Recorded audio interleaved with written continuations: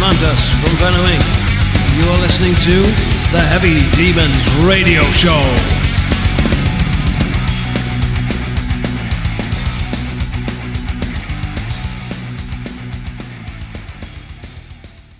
What do you recall about growing so big, like overnight, from Welcome to Hell to black metal, and a few memories as well from a tour with Satan and Possessed?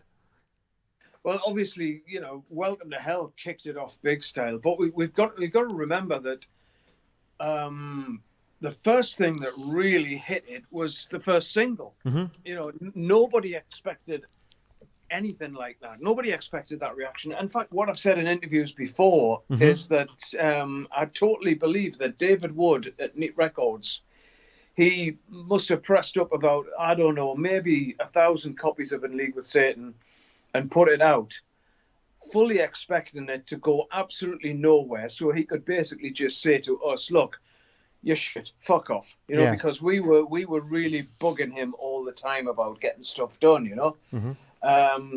But obviously the opposite happened, and then the next time we go in to do some demos, it's, have you got enough material album? So, we were given 3 days to do it. Welcome to Hell goes out, and just, for whatever reason, it just, creates such a stir in the entire music industry. And you've got to remember that we built on that, having virtually no live shows as mm-hmm. well, Yeah. Really, we didn't start hitting the live circuit until, black metal came out. Yeah. And then that whole black metal thing, mm-hmm. I mean, making the statement that we are black metal, and it was youthful arrogance, and it was us alienating ourselves and individualizing ourselves from the mainstream. Yeah, that we just didn't seem to be a part of anyway. So we talk about the inception of Venom, and I mean it's like the beginning of everything. I mean, you're lucky enough to be, you're going to be a father. Yeah, yeah.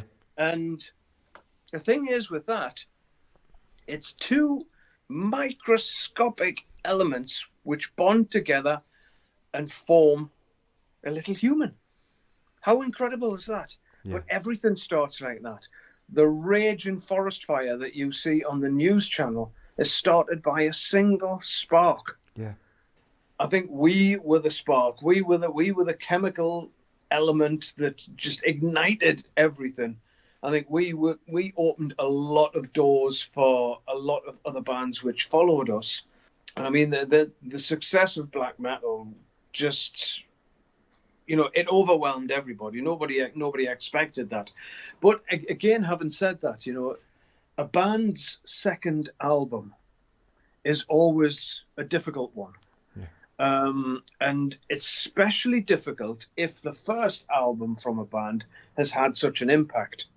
And I think we were lucky in a way that we were so naive to the whole situation. We never even thought about that.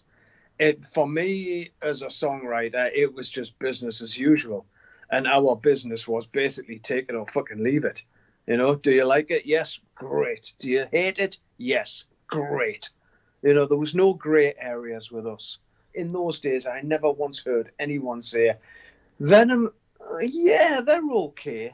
It was either Venom, fuck yeah, or Venom, fucking shit.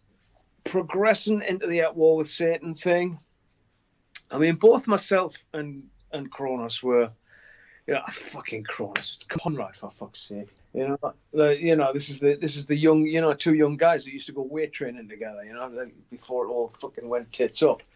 Well, Conrad was a massive Rush fan, and so was I. We both loved the album 2112. We both loved the album All the World's a Stage. And, At War with Satan, I have to say, is more Conrad's baby than it was mine. Mm-hmm. And it was his 2112. That's what he wanted to do, Yeah, yeah. I've went on record many times and said, I'm not a massive fan of that album. It's just, I don't know. To me, it's a good album, but I don't, I've heard it, people say, "I was saying, wow, it's a masterpiece, it's this." And I mean, it was a very ambitious thing to do, especially in those days when you consider we had no, there was no Pro Tools, there was no Logic, Cubase, anything like that. There was no digital editing. You couldn't see the fucking waveforms. It was like, if we needed to join anything together, you had to splice tape and stick it together. Yeah. And obviously that album was recorded in quite a few different sections. And yes, I've got quite a few riffs in the main body of the thing, but it was still mainly Kronos's thing, Conrad's thing, you know. And that's not why I don't like it. It's not on a personal level like that. I wouldn't even say that I don't like it. It's just that it just doesn't sit with me. I think At War with Satan and Possessed both suffered in the production side. I think if it was going to be that grand a thing, it should have been better produced. But none of us had any idea about that stuff in those early days.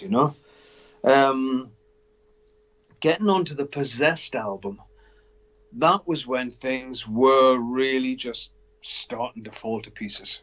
I mean, I've heard it said, and again by Conrad, in the internet, that Jeff hired a stately home for us to go and record. Jeff didn't hire a fucking stately home. I knew nothing about that place until I turned up to do the album. It was Abaddon and the manager who hired the stately home, because at that point there was another album out and there was a fucking massive drum sound on it. It was Creatures of the Night. Yeah. And if you listen to, what was it, Too Loud for the Crowd, that's that's what we went for. That the huge tom sounds at the beginning of it and all that. I don't know. I can remember at one point when we did the demos for Possessed, and we all had a cassette. And I remember, Conrad and me one day, and Conrad was like, "Oh well, what do you think?" And I was perfectly honest. And I says, "I don't really think it's as strong as anything that we've done in the past." And there was no such thing as constructive criticism in Venom. We couldn't criticize each other. I was like, boom! It was just an instant argument. And of course, I wasn't at that point. I mean, things had happened on personal levels, and it just wasn't a good feeling all around in the band. And I can remember being at this fancy stately home recording, and we had the Manor Mobile outside, and we converted the ballroom into this sort of recording studio, if you like.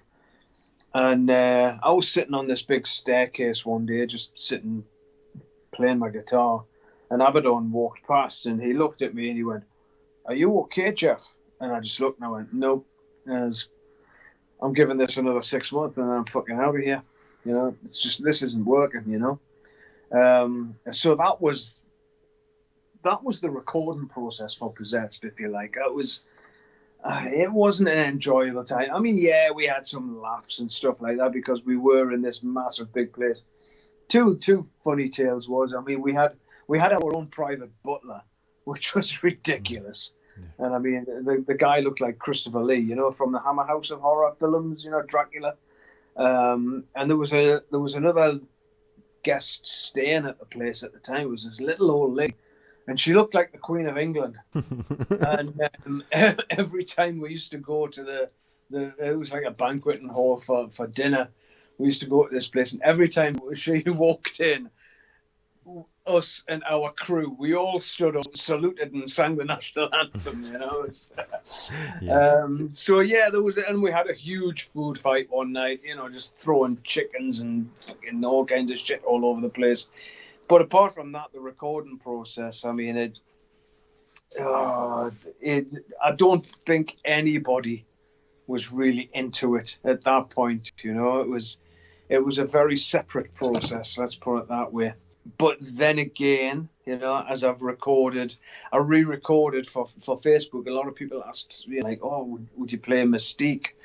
So I dug the album out and I listened to it, and I picked out the riffs and everything, and it was weird because everything came flooding back. It was like, oh yeah, remember that, remember that, remember that. Even though the majority of Mystique is Conrad's song, and then I re-recorded it, and the re-recording of it that I did for a Facebook playthrough sounds fucking awesome. Sounds great, great song. So I think a lot of my dislike of the album Possessed was just the fucking production on it. I just didn't like the production on it.